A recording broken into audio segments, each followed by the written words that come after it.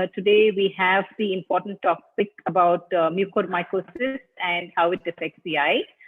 We have two very eminent people from the LV Prasad Eye Institute, Dr. Tarjini Vivek Dave, who is an associate ophthalmologist and ophthalmic plastic surgery service department at LV Prasad Eye Institute main campus in Hyderabad. And of course, the world-renowned microbiologist, Dr. Savitri Sharma. She's the head of the microbiology department at LV Prasad. Both of them have a lot of publications in peer-reviewed journals and also a lot of grants as well. And Dr. Savitri is actually one among the top 2% of world scientists, as well as the top 10 Indian ophthalmologists in the research output. So without any further ado, I'd like to continue with some of the questions. So welcome, Dr. Savitri and Dr. Tarjini, and thanks for sparing time to enlighten us about this new health issue that the whole of India is grappling with. To start with you, Dr. Tarjini, so why all this, so much of, media, this thing and all of that about mucormycosis? Why this sudden importance to that? Yeah, thanks, Lakshmi and Team OCI for having both of us here today. It's a pleasure to communicate with you. Getting back to your question on why there is this sudden interest in mucormycosis, the reason behind that is in the last few months, possibly in the last 1 year, we have seen a constant upsurge in the number of patients who are developing mucormycosis. Mucormycosis, as you know, is a fungal infection that affects the sinuses and some parts of the eye and can also affect the brain. Earlier, when we used to, mucormycosis was always there, but in the non-COVID era, it used to be possibly one case that we would come across in an entire year. Versus that, what is happening right now is we are seeing nearly 5 to 6 cases daily at one center of LVPEI, and I think it is likewise all over the country. Certain states like Gujarat and Maharashtra especially have a very high number of patients reporting with mucormycosis in the present time. Since the disease is associated with mortality, which means that it can be life-threatening, that's the reason there is so much of news about it. If left untreated or treatment is delayed, those are the cases where it can get life-threatening. Thank you, Dr. Tarjini. Dr. Savitri, as Dr. Tarjini said, that it's always there. Mucormycosis was always present. So what is the source of this fungus? What's the source? And, how do we get it into the human listing? Yeah. Like many other fungi, the group of fungi which cause mucormycosis is not caused by a single species of fungus. It's many types of fungi which can cause mucormycosis, and they are present in the environment, in decaying plants, vegetables, in manures, soil. They are present everywhere, and they are present definitely in climate which is very similar to our country, tropical, subtropical, and hot and humid. So fungus is present in our environment, and this fungus is also a part of that. And people who are susceptible to this infection, they get it from the environment. Okay.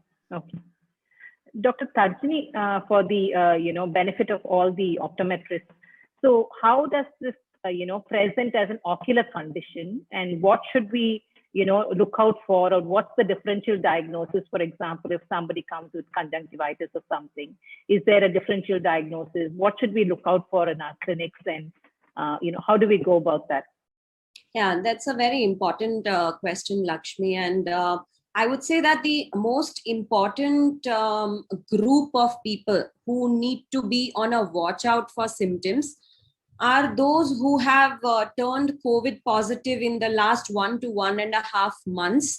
And during the course of COVID treatment, especially if they received steroids, or if these patients were diabetic to begin with. That is the group of people that needs to watch out for symptoms, or all optometrists need to closely look at these patients. Now, the symptoms that you want to see is mucormycosis does not very commonly produce conjunctivitis, but what it does is it produces a sort of facial and sinus pain, the deep-seated sinus pain, the headache, which does not go off with your regular dolo, is persistent, behind the eye, deep throbbing sort of a pain. That's one. Second thing is you'll have stuffiness of the sinuses, because this essentially goes from the sinuses to the eye and the brain. That's how it goes in most of the patients. So you'll have symptoms of stuffiness, you'll have nasal discharge, you may have at times black nasal discharge. These are the sinus related symptoms. When it has started affecting the eye, what you might see is a spectrum. You can see some patients who can present directly with vision loss or decrease in vision, or you may see patients who come up with inflammatory signs like eyelid edema, a little bit of chemosis of the conjunctiva, a little bit of proptosis of the eyeball, restricted ocular motility. Basically, everything that fits into the spectrum of cellulitis, orbital cellulitis. That is one spectrum. And another spectrum is silent presenters with just decrease in vision. So these are the three things: sinus symptoms, eye symptoms which may be quiet with just vision loss, or eye symptoms which are suggestive of orbital cellulitis like inflammation. So basically, look for comorbidities in a patient who has had COVID, and without any reason there is vision loss. That is something to think about in these patients. And I guess also any kind of sinus involvement in orbital pain. That's what you're saying, that these are the some things that should light a bulb in all of us to say in a patient who has had COVID, saying that okay, this is something that we need to look out for. Yes. Dr. Savitri, so we are talking about comorbidities. So in terms of COVID patients, so why is it because they are immunosuppressed, or what's the opportunity that these fungi look for? Yes, all of us, because of our environment being rich in fungi, we are all the time exposed. And it is the body's immunity which fights all types of infections, including fungus. So in an immunosuppressed patient, through the nose, if the fungus enters, it settles in the sinuses. They are all connected. The nose is connected to the sinuses. And because of lack of immunity, the system is not able to get rid of them and not able to fight. And if they settle down, some group of fungi which are causing this mucormycosis, they have a affinity towards vessels, soft tissue, and they just invade that and they settle down there. And once they manage to do that and the system is not able to get rid of them, they start invading. And invasion is extremely dangerous, because it invades tissues which are very vulnerable to spread of the infection in the parts of the sinuses, going into the cribriform fossa, and it can spread along the nerves, it can spread along the vessels into tissues where it can cause very serious disease. So basically, we're saying that COVID patients are more prone to mucormycosis, basically because they have been immunosuppressed. And if there's a comorbidity, it adds to the weakening of the body's response in fighting the fungi, I guess. Yes. So, finally, Dr. Tarjini, I have two questions. One is people are saying that if people are on oxygen, oxygen concentrators, they are more prone to this kind of fungus. Is that true? And the second one is because we're saying that the sinuses are getting involved. We know that all COVID patients now take steam inhalation on a regular basis, even when they're going through the COVID or even post-COVID. Does that help in any way, taking steam? So these are the two questions. Yeah, Lakshmi, the first part that you addressed, the oxygenators and the oxygen tubings. We do not have concrete proof at this point of time to say that, they might be responsible.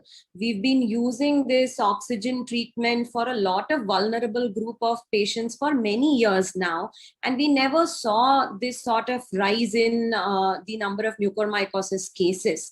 Whether it's the immunity of COVID patients which goes down and then the oxygen tubing being contaminated plays a role or not, we do not have an answer.